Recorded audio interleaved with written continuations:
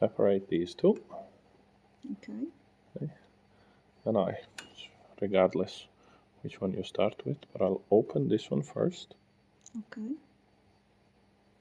Like the one on the bottom. And I open it. And I'll take the other one. I don't want too much. Okay. So I'll open the fibers here very well.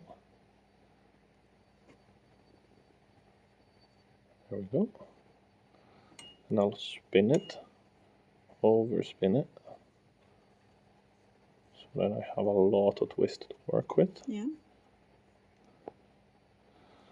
And then I'll basically put the fibers on top of each other. I'll grip the fibers here at the bottom and try and even them out. And then I'll spin it up myself.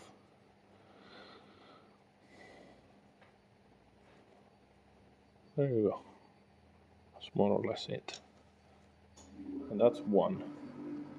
I'm going to do the other one. Same procedure. Very nice and open. Take this guy.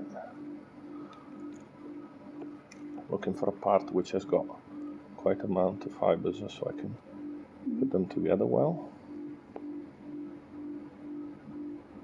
Over spinning.